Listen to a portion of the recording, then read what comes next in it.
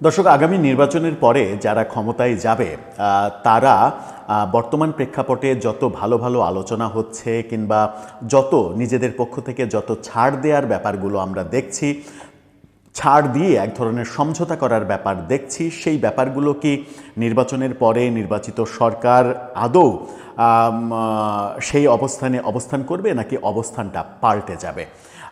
সেই আলোচনায় বহু ইতিহাসও আলোচিত হবে, কিন্তু বর্তমান প্রেক্ষাপটে বিশেষ করে বলছি ঐক্যমত্য কমিশনের যে ঐক্যমত্য চেষ্টা, জুলাই সনদ বাস্তবায়ন প্রক্রিয়া, জুলাই ঘোষণাপত্র, এগুলো ব্যাপারে নির্বাচনের পরে নির্বাচিত সরকার আসলে আমূল চেঞ্জ হয়ে যাবে কিনা সেই প্রশ্নটা যখন আমাদের সমাজে বেশ ভালোভাবে প্রভাব বিস্তার করার একটা ব্যাপার আমরা দেখছিলাম, তখন আমার মনে হয় যে সেই প্রশ্নটাকে আগুনে ঘি ঢেলে দিলেন বিএনপি নেতা আমির খসরু মাহমুদ চৌধুরী। তিনি যে মন্তব্য করলেন তাতে এখন নিশ্চিত করেই বলা যায় যে নির্বাচনের পরে এই যে জুলাই নামক ঐক্যের যে প্রক্রিয়া এবং ঐক্যমত্য কমিশনের এক ধরনের মানে নাটক, এটাকে নাটকই বলা যায়, কারণ বিএনপির সহ বিভিন্ন দল থেকে তো অভিযোগ করা হয়েছে যে প্রতারণা করা হয়েছে, জুলাই ঐক্যমত্য কমিশন প্রতারণা করেছে, সুতরাং এটা আসলে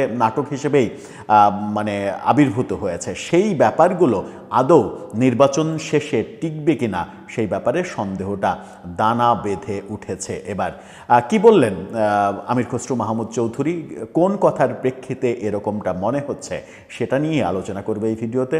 থাকবেন পলিটিক্স টিভির নিয়মিত আয়োজনে।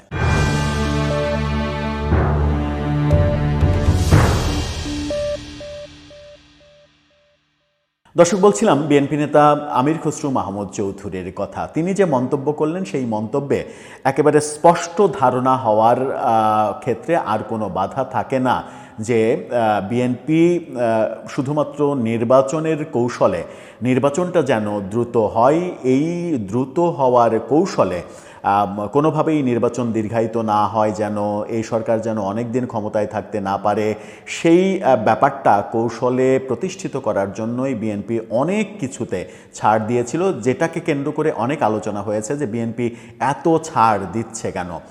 বিএনপির একটা কৌশল ছিল, রাজনৈতিক কৌশল তো থাকবেই রাজনৈতিক দলগুলোর। সেই কৌশলটা হচ্ছে যে কোনো মূল্যে নির্বাচনটা আদায় করে নেয়া।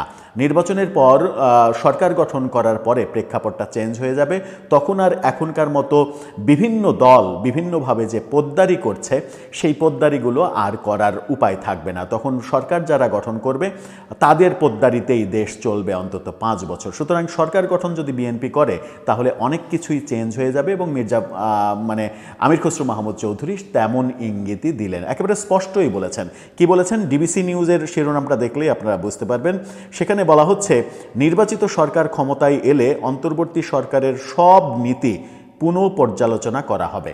অর্থাৎ অন্তর্বর্তীকালীন সরকার, প্রফেসর ইউনূস সরকার যা যা করেছে সব কিছু আবার পর্যালোচনা করে দেখা হবে যে তারা ঠিক করেছে নাকি ভুল করেছে। এই বাক্যই বলে দেয় যে প্রফেসর ইউনূস সরকারের গৃহীত ম্যাক্সিমাম সিদ্ধান্ত বিএনপি নির্বাচিত হলে সেটা আর থাকবে না। তাহলে এত আয়োজন, এত সংস্কার, এত কিছু, এত আলোচনা প্রফেসর ইউনূস সরকারের, সব কি জলাঞ্জলিতে যাবে? সব কি মিথ্যা হয়ে যাবে? এবং এমন দৃষ্টান্তও কি আমরা দেখব যে এই প্রফেসর ইউনূস সরকারের আমলে যে যে কাজ রয়েছে সেই কাজগুলোর মধ্যে দেশের স্বার্থবিরোধী কোনো কাজ থাকলে তার জন্য এই সরকারের সঙ্গে যারা জড়িত তাদেরকে কাঠগড়ায় দাঁড়াতে হচ্ছে? সেরকমটাও কি আমরা দেখব? কি বললেন আমির খসরু মাহমুদ চৌধুরী? তিনি বললেন, নির্বাচিত সরকার ক্ষমতায় এলে টেলিকম নীতিমালা সহ অন্তর্বর্তী সরকারের নেওয়ার জনস্বার্থ সংশ্লিষ্ট সব নীতি পুনঃ পর্যালোচনা করা হবে। রাজধানীতে telecom technology reporters unit network আয়োজিত একটা অনুষ্ঠানে তিনি এই কথা বলেন। টেলিকম খাতের দেশীয় উদ্যোক্তারা অভিযোগ করেন, নীতিমালা সংস্কারের নামে সরকার টেলিযোগাযোগ খাতকে বিদেশিদের হাতে তুলে দেওয়ার পায়তারা করছে। মানে এটাও বিদেশিদের হাতে তুলে দেওয়ার প্রস্তুতি চলছে, তেমন অভিযোগ করা হয়েছে, যা জাতীয় নিরাপত্তাকে ঝুঁকির মুখে ফেলবে। আমির খসরু মাহমুদ চৌধুরী বলেন, একটি অনির্বাচিত সরকারের জাতীয় নিরাপত্তা ও দেশীয় উদ্যোক্তাদের স্বার্থবিরোধী কোনো নীতি গ্রহণ করা উচিত নয়। তিনি বিতর্কিত বিষয়গুলো নির্বাচিত সরকারের বিবেচনার জন্য রেখে দেওয়ার আহ্বান জানান।